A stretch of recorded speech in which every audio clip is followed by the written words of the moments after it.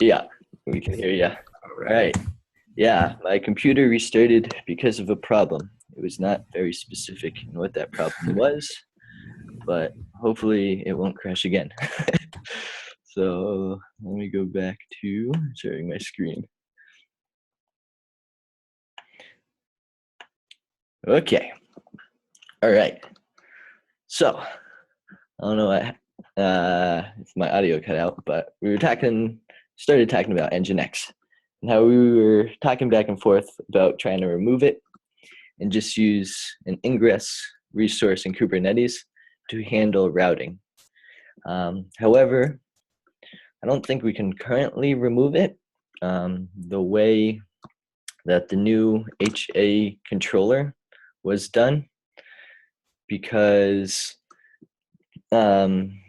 you can't really use like pure DNS for this routing. You have to have multiple entries in Nginx for like backup routes is how it's defined. And I don't think that there's a way to do that with the ingress controllers to be like, hey, all this incoming traffic, route to this DNS entry. If that fails, try and route to this DNS entry. I didn't see a way to do that. So for now, unfortunately, I think we're going to have to keep Nginx around. But, you know, in the future, right, hopefully long term, if things become more, you know, HA-able and kind of can talk to any controller, then we can definitely come back and revisit removing Nginx. So yeah, it's that. I think I put that in this comment. So why don't I go through and just actually edit this on the fly? Unless anyone has any other ideas on how to handle that, I think that's probably our best option. I think that's fine for a first pass. There are quite a few options we can do with Kubernetes with ingress and labels and selectors to control where it actually routes to at any given time. But I'd have to dig into the new HA code a lot more to see exactly why it needs to be set up with two separate addresses. Well, yeah. So, right, because everything is IP based because they're using the Ansible to define everything. So they say, here's IP for controller one. If it goes down, here's IP for controller two. So start sending the routes over there. That's how they configured the routing portion for it, at least. Because I don't think you can talk to either of them. They want to direct all traffic to one or the other, not either. This is Dragos. I was this week downtown in San Jose at a meetup with Nginx, and someone was showing how they were able to have the ingress work with Nginx and route traffic correctly. Unless we have a technical reason, I think it will be beneficial to just, for now, still keep it, unless we decide as in the OpenWhisk project that we don't want to use any load balancer in front and have the controller take in more responsibilities. Okay. Yeah, and that then probably also insights what we had in mind for scaling out controller.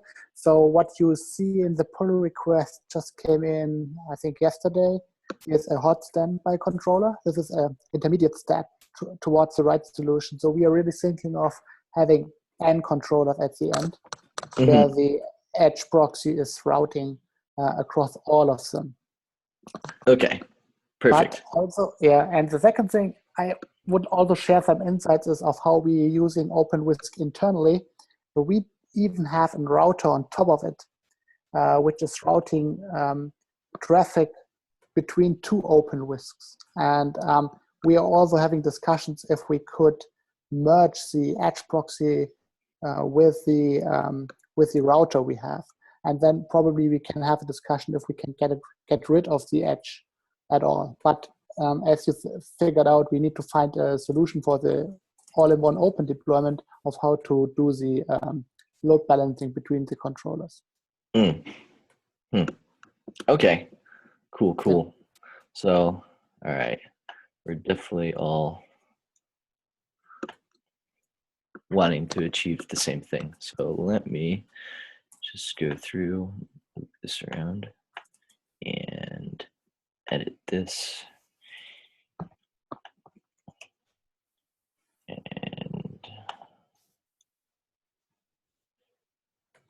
And Dan, I'm taking notes as well. So for the Yeah, there's an after. Here's all the notes. Here's the videos, and well, yeah, videos now and everything.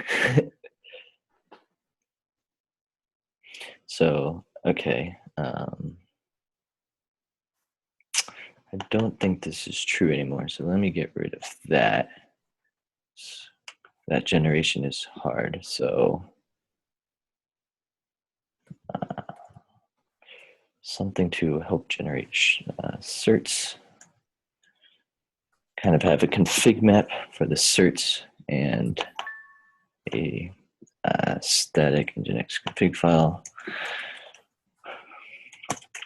where this Nginx conf file is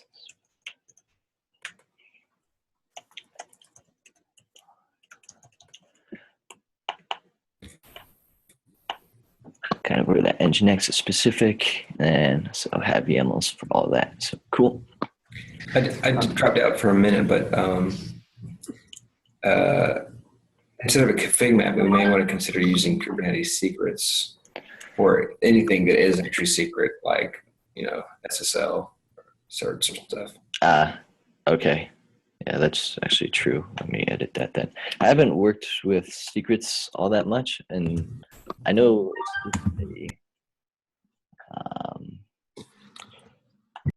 it's I guess how are secrets different than a config map, right? Because when I was looking at it just quickly, I'm like, oh, it's all tied to a space, right? So I wasn't sure how it's doing the auth.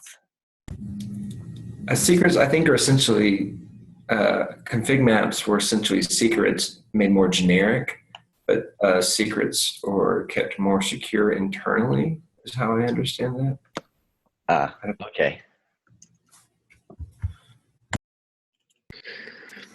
I was going to say regarding this point, you probably imagine we have the same issues to solve in Mesos, and the way that we program the gateway there is to synchronize with a shared folder from somewhere. You can think of like an S3 or something, and whenever we need to make changes to the configuration, we just change a file, and all the gateway nodes pick up a file. Mm-hmm.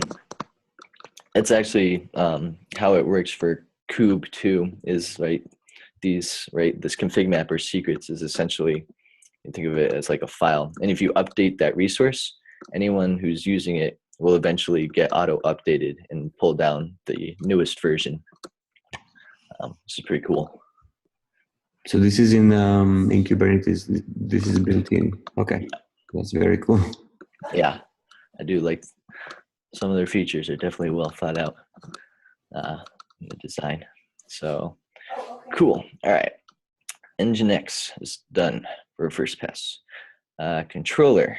What did we say on the controller? The biggest challenge in terms of scheduling, load balancing. Right.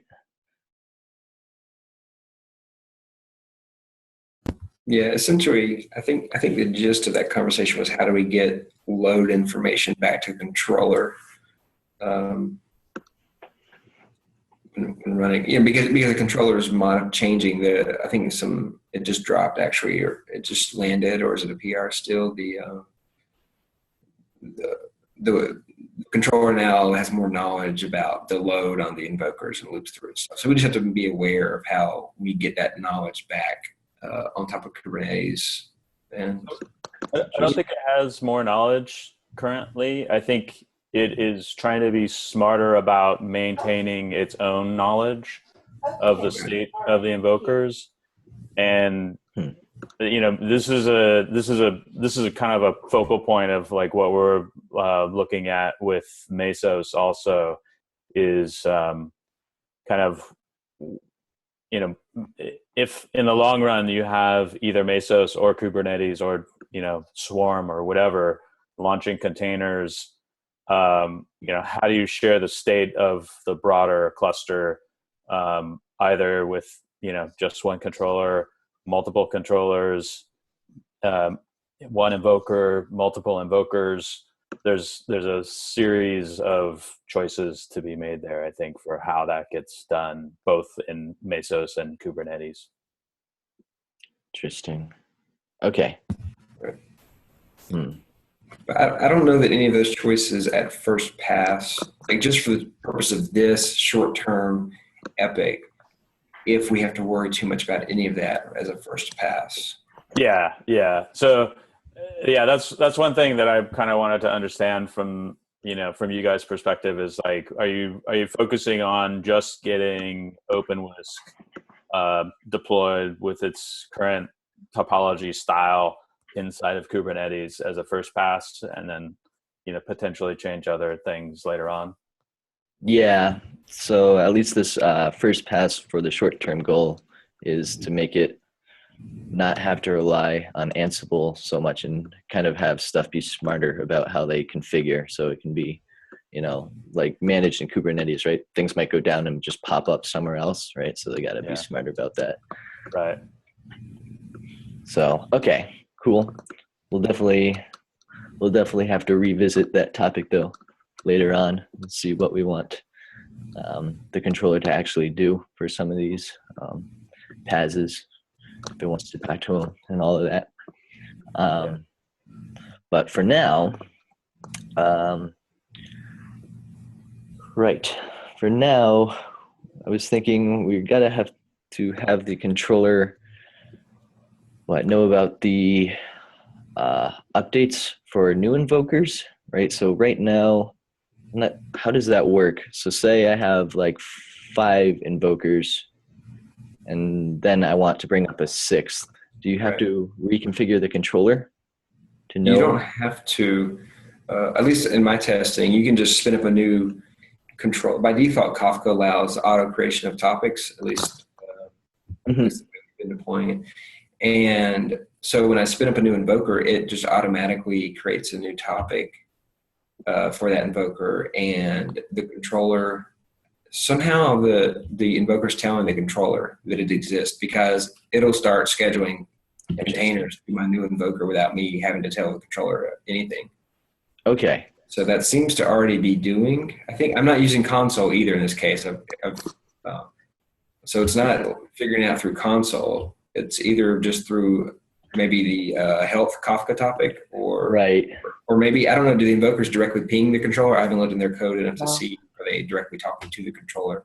You're correct, Ben. It's the new invoker health protocol we have implemented. It's using an extra channel where the invoker is sending a ping to the controller. The one thing we have internally with Ansible is that we configure the topics during the deployment time. So if I understood correctly, you have figured out with Kubernetes to create the topics automatically? Yeah. Okay. So the Kafka has the ability, and out of the box, the Kafka image used in Kubernetes has this enabled auto creation of topics. You can just send a message to a new topic, and Kafka's like, okay, I'll use that topic. That's interesting. It seems to just work out of the box. The only thing I'm having to create explicitly in Kafka Kubernetes are the health and completed topics, which I think you call a command topic in the wiki there. But but if you don't create those, then it takes a long time for the invokers to figure out they're healthy. While Kafka doesn't like it. I don't know why, but Kafka complains if you don't pre-create those. Okay. Well, you can't consume a topic that doesn't exist, but you can publish to a topic that doesn't exist, right? Right. So that's what it is. Yeah, that's why then. Yeah. We had problems with the time, so it partly took 5 minutes, up to 5 minutes, until everyone set up correctly. So that's the reason why we configured the creation of the topics up front during the deployment time. Right. So we had some struggles with that. I had the same problem, and it was just the health and completed topics that had to exist before And then now the invoker comes up. I don't pre-create the invoker topic at all. It comes up very quickly. But it has to do with Kafka's trying to struggle to figure out the replication factor and stuff if you don't pre-create the topics, because it's trying to create it with one replication factor. The Ansible scripts pre-create them with, I think, a factor of 1. There's just some config involved there that we can work through, but that should already work, the controller parts, as far as automatically registering. All right, that definitely makes things easier then. So that's definitely good to know. So, okay. Maybe there's not all that much that'll have to happen to the controller, right? So I had there, right, because I wasn't sure, right, if you'd have to do like a watch on console, but if this already works and we're moving to get rid of console, then that's perfect. Let's go in there. Yeah. Probably a heads up what we're currently evaluating. I'm not sure. Christian posted something also as a proposal in one of his emails. So we are currently also looking at Redis as a distributed cache for the controllers when we scale out controllers. So probably that's something we could talk about soon, and figure out how that could be deployed with Kubernetes. So just a heads up that we are looking into something in that area. We've been talking a bit about the same for Mesos, so that would be helpful. Yeah. Cool. And the alarms package was recently updated to use Redis, right? So that I think it probably needs to be on the radar anyway, because every demo, every example app seems to use the alarms package. Right. So I think for the catalog services, it's basically Jason who is looking into it, and for the controller, it's Christian. So we probably could set up a Slack channel and sync on the Redis work. So just looking at the code, it's in the invoker supervision where when a ping message is received, it will register a new invoker. When a ping message is received from Kafka, which is sent by the invoker, it will register the invoker in the controller. So that's what's going on there. Good. Cool. Yeah, it's definitely good to know. And the other way around, and that's why we implemented it. When the health ping is missing, and we are considering the invoker to be either isolated or broken. Okay. Yeah, I was talking with someone, I forget who, but yeah, that's what they told me, which is good because, right, if Kubernetes goes down and like reschedules it somewhere else, right, it'll know to try and not use it, which is exactly what we want. So, well, I think there may be some issue there where I'm just thinking out loud, but if you register an invoker with a specific name and the invoker dies and it reappears somewhere else, I think what you would want to do is guarantee that when it reappears that it has the same name so that the messages don't get lost. Yeah. And that happens today, right, Dan? Yeah, so Kubernetes has the concept of, they call it stateful sets. And what happens is you're guaranteed to get a unique host name and DNS entry, which is essentially the name of your container and the index it is in its list of running things. So if invoker 1 goes down, it'll be spun up with invoker 1 as its name again. And so that's already guaranteed for Kubernetes. Okay. Oh, and now we have to do that for the controller too in this new HA mode. So actually, right. Let me actually just note that because I was looking at that yesterday.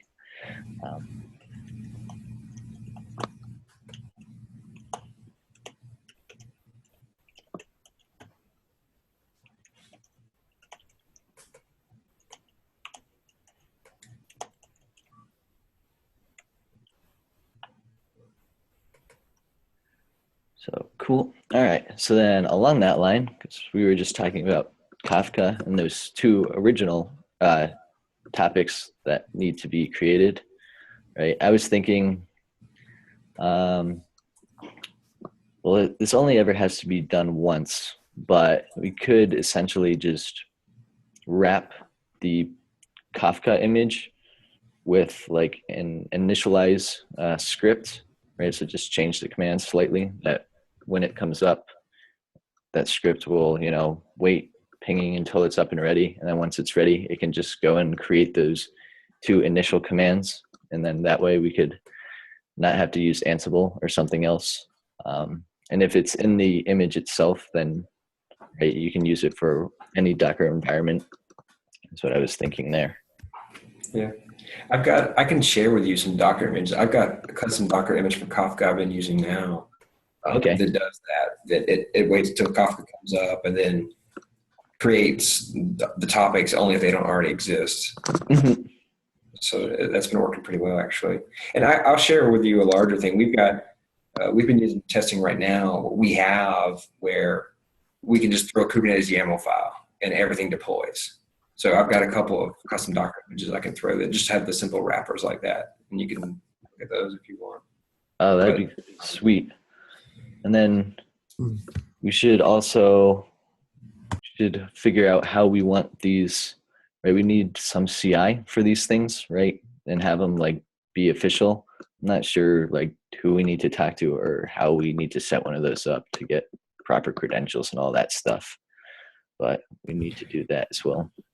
Right. And there is a precedent for this in the Apache Jenkins already publishes some Docker images for it. Mm-hmm. So, okay.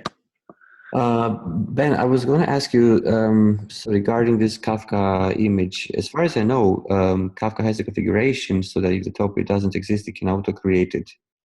I assume this wasn't able. We couldn't use this one. So we are using that. The question becomes, if you don't auto-create the completed topic and the health topic ahead of time, what you'll see when Kafka boots up, the Kafka logs themselves will have a lot of errors as things try and start. And it may just be a configuration thing where the Ansible scripts create those topics with a replication factor in Kafka of 1. But when they get auto-created, they're getting auto-created with a replication factor of 3. And I thought I could set the right environment variable and get that to fix itself, but so far it doesn't seem to work like I expect. So for now, I haven't found any way to get things to come up cleanly without pre-creating the completed and the health topics at a minimum. But perhaps there's some Kafka config we can set. Some of this depends because the Kafka we're deploying right now is not HA or anything, right? It's just simple Kafka.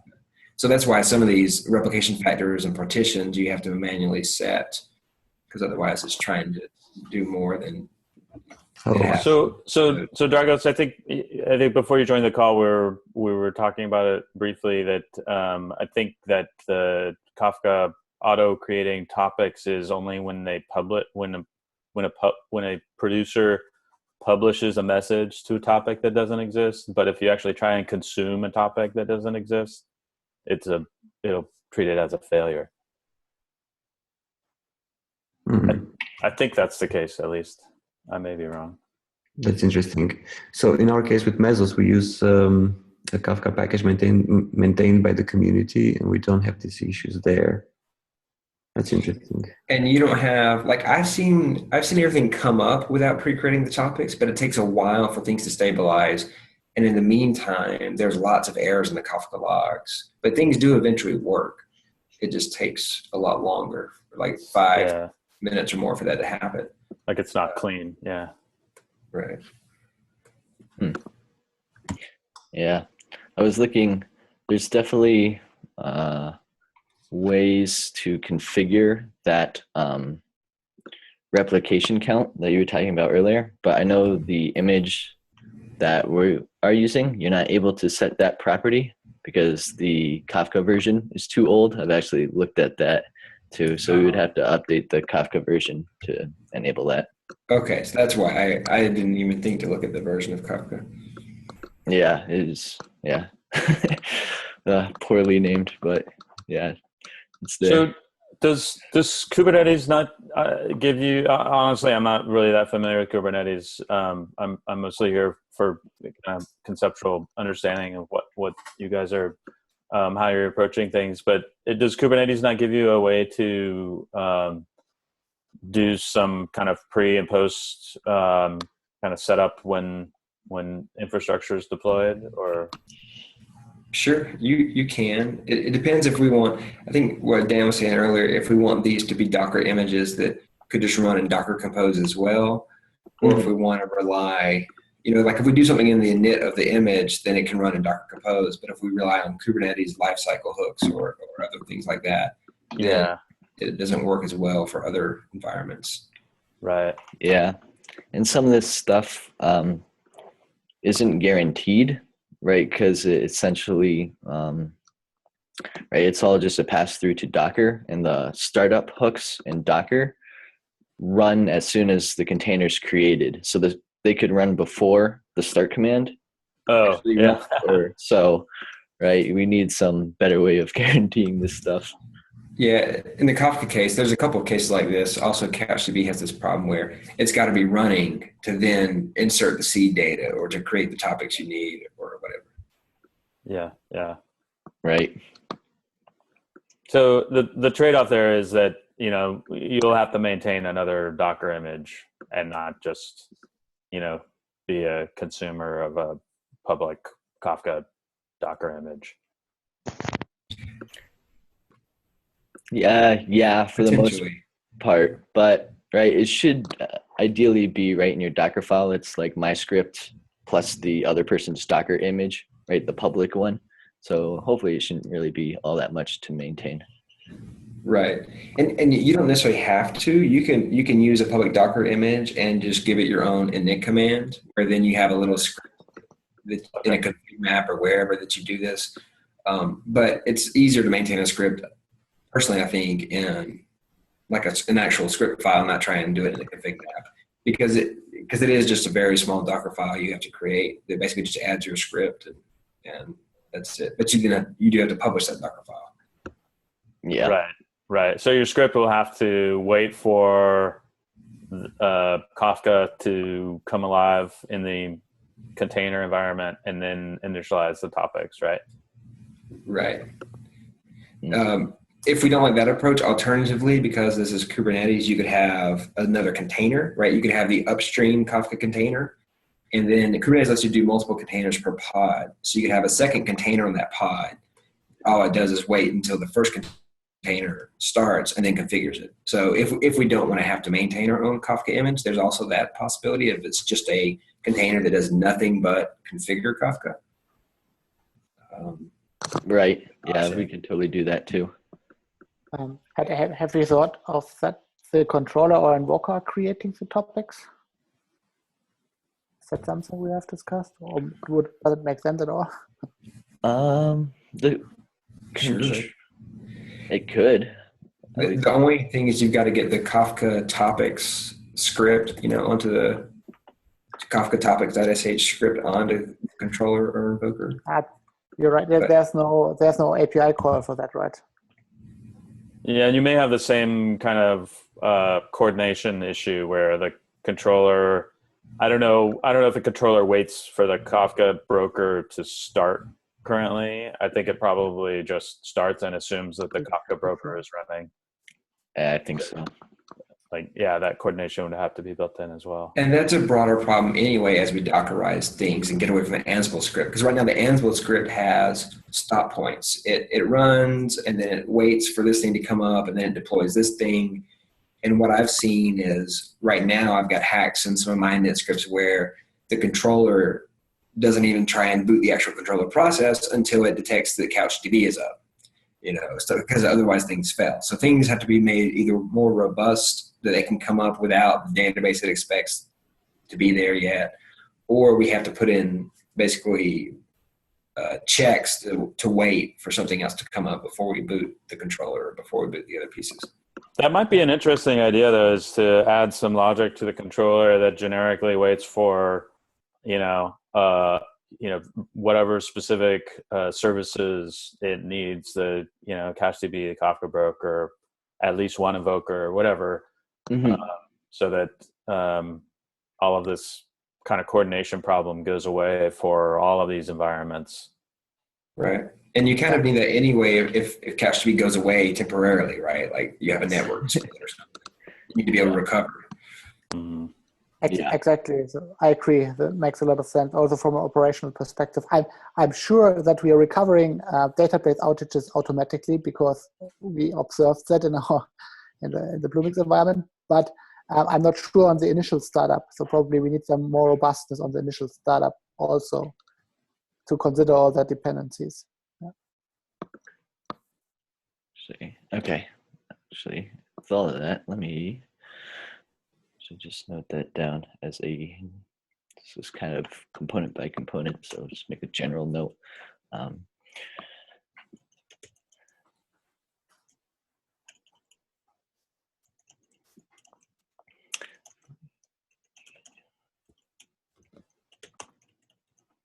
So just basically better health checking.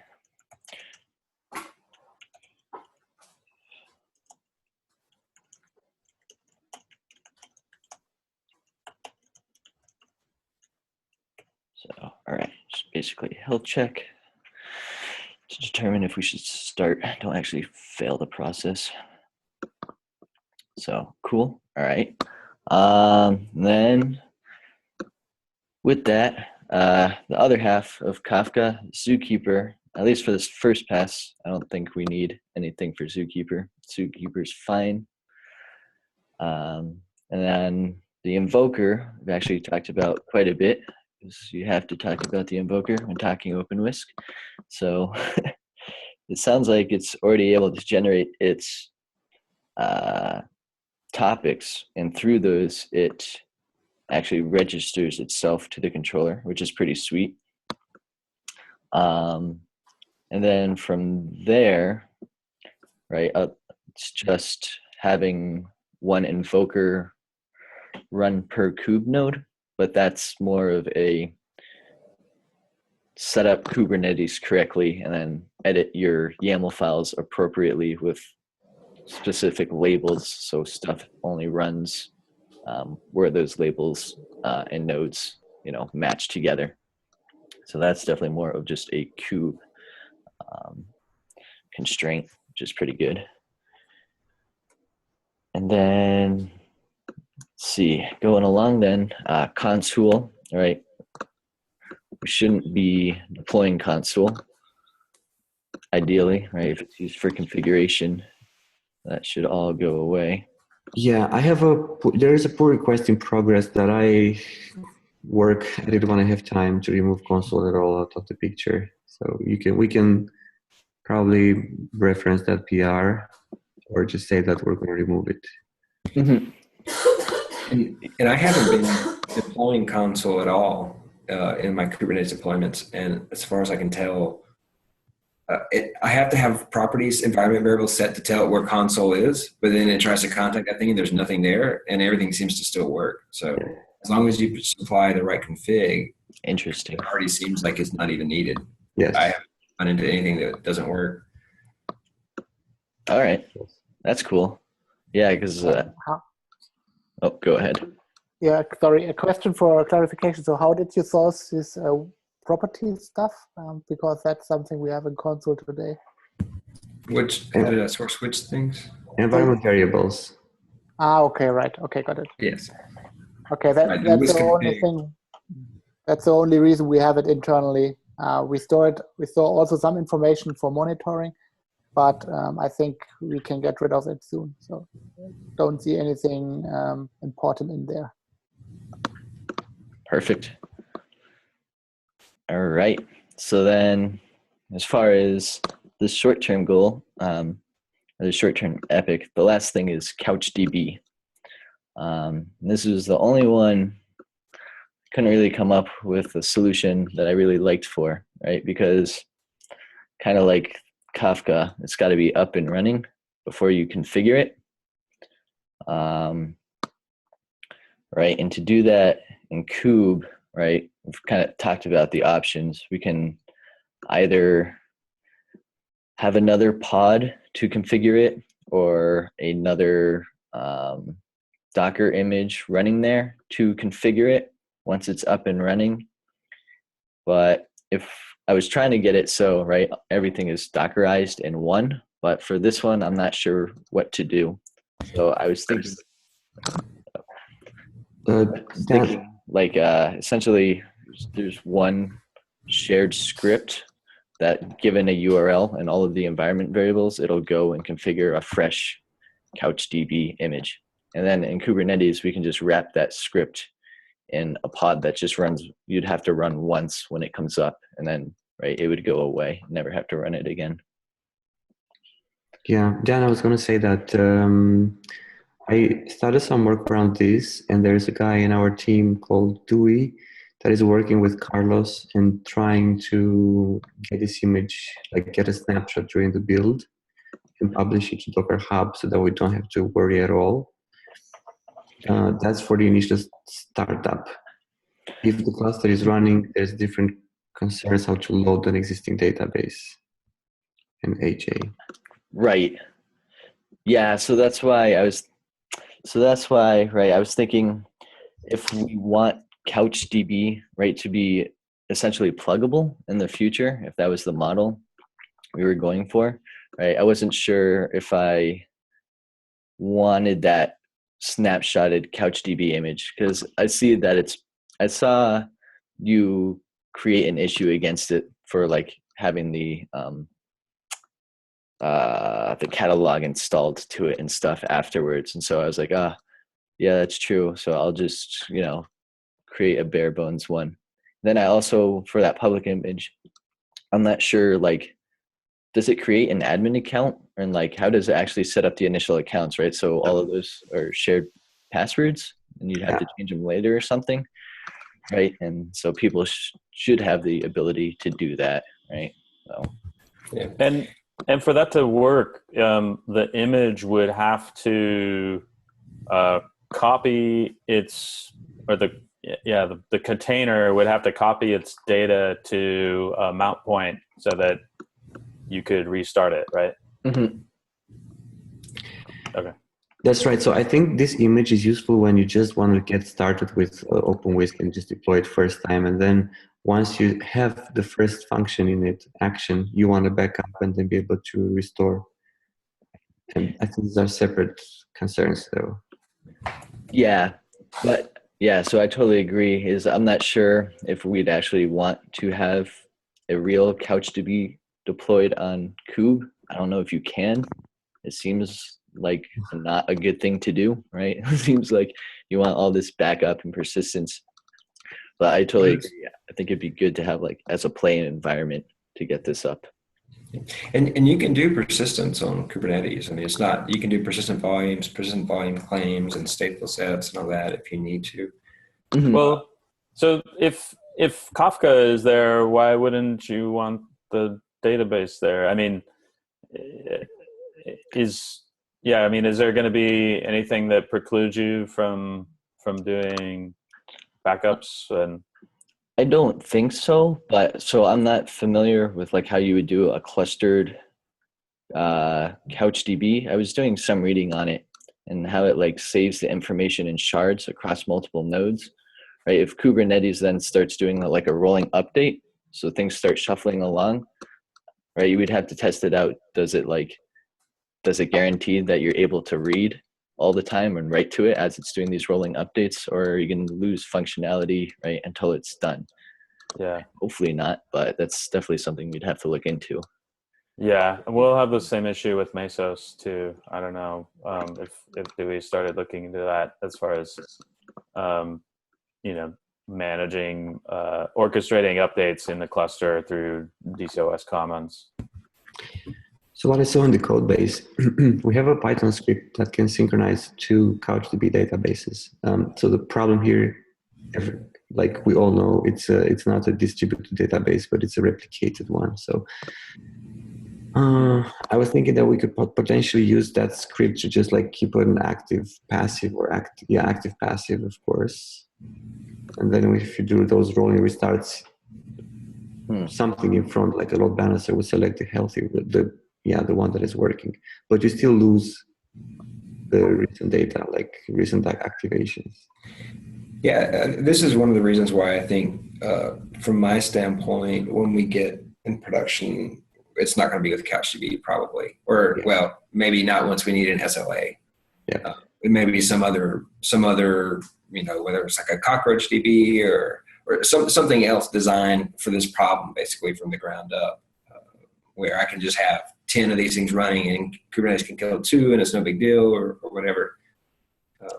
Well, and also, would you plan to have all the persistence components deployed as part of the Kubernetes deployment or deployed independently? Because we kind of have the same question with Mesos and DCOS. Is do you bundle all the persistence pieces in? I mean, technically you can do it, but now you have to manage those persistent pieces inside of the Mesos cluster, which is a different set of challenges than just keeping them running independently of the Mesos cluster. Right. It's hard for me. I would probably, because I work for Red Hat has some storage things in this space that I would probably just use as if they were a third party. They might be deployed on Kubernetes, but I don't manage it essentially, right? Okay. So I would treat it as like a third party database with an API I talk to, not as something that I'm deploying and running as part of this. And I imagine a lot of production deployments will have a team that manages and keeps running highly available your data store, whether that's CouchDB or something else, right? It's not necessarily. It's a different set of skills to keep a data store HA than it is to have that can come and go that are stateless.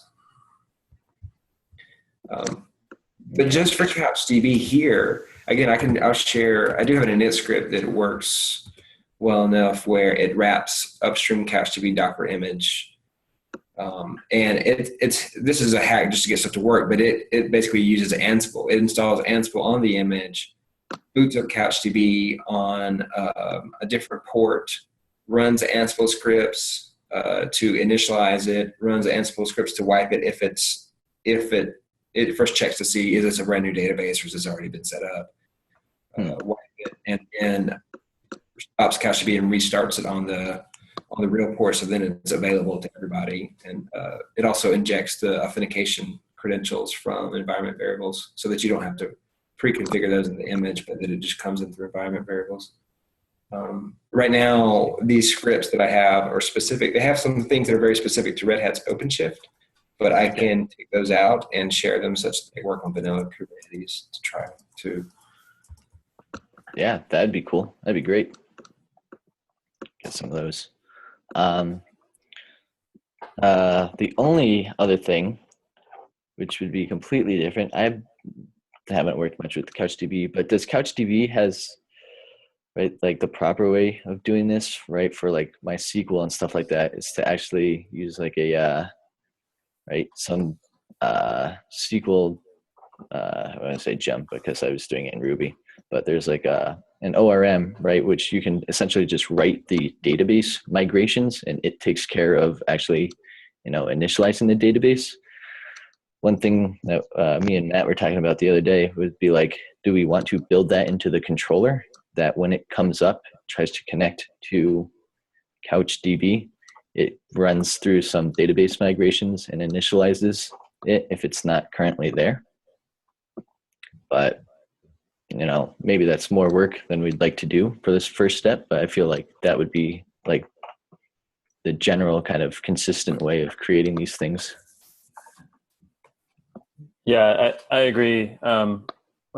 We use this system, Flyway maybe, to do that in another project, and it worked really well. Interesting. Flyway. Okay. And I can see that working well for the auth and, or really just the auth and creating the initial view docs. But things like installing the initial catalog, I guess it would still work. Yeah. The same. You would just have the actual contents of those initial actions in the catalog in the flyaway scripts, I guess. Yeah, I mean, it would be, it would be a choice of, maintaining that as a database migration instead of managing it as an OpenWhisk package, which is, maybe more complicated in some ways. So, but there's also things like the ability, at least in Flyaway, to do things like Java-based migrations where you can run some logic as part of a migration. So it'll, if that migration hasn't been run on a particular database, it will run it, and once it's run once, it won't run it again. Mm-hmm. Cool. All right. So, as a first pass, then, would we be fine with doing scripts, or do we want to go bold and see if we want to? And maybe longer though, especially if we make this pluggable or want to make it pluggable. So we'd have to figure out the proper tools for like doing these database migrations. That's probably a bigger topic, than this. So, okay. Yeah, probably for now, what would be nice to do is both in Kubernetes and Mesos is to make the setup with fewer dependencies to the database, so that later when we change it, we don't have to just change too many things around it. Mm-hmm. Okay.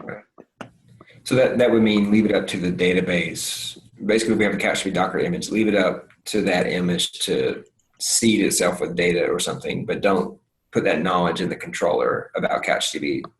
Is what you're saying? Yeah, that's what I would suggest. Yeah, and be it the Ansible way you did Ben, or we pre-build the CouchDB, we snapshot it, put it to Docker Hub. Either way, just a simple way forward. But yeah, just keep it in the CouchDB space. Right. I could see a pre-built CouchDB. The only thing in the pre-built CouchDB that's a problem is the authentication. And so you can always pre-build the CouchDB and then have an init script that all it does is change some auth bit, but all the rest of it is still pre-built. Yes. Yes. Interesting. Okay.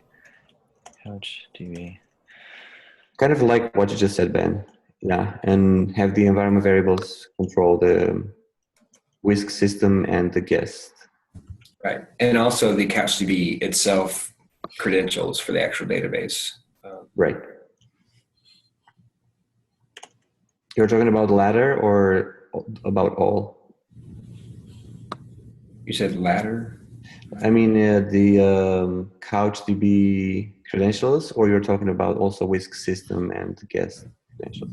Both, yeah, both. All forms, the auth to talk to the database, and then the actual authentication that OpenWhisk uses, the entries in the database. Okay. Okay. Make sure all those can come from environment variables, or secrets actually would be the ideal way. Mm-hmm.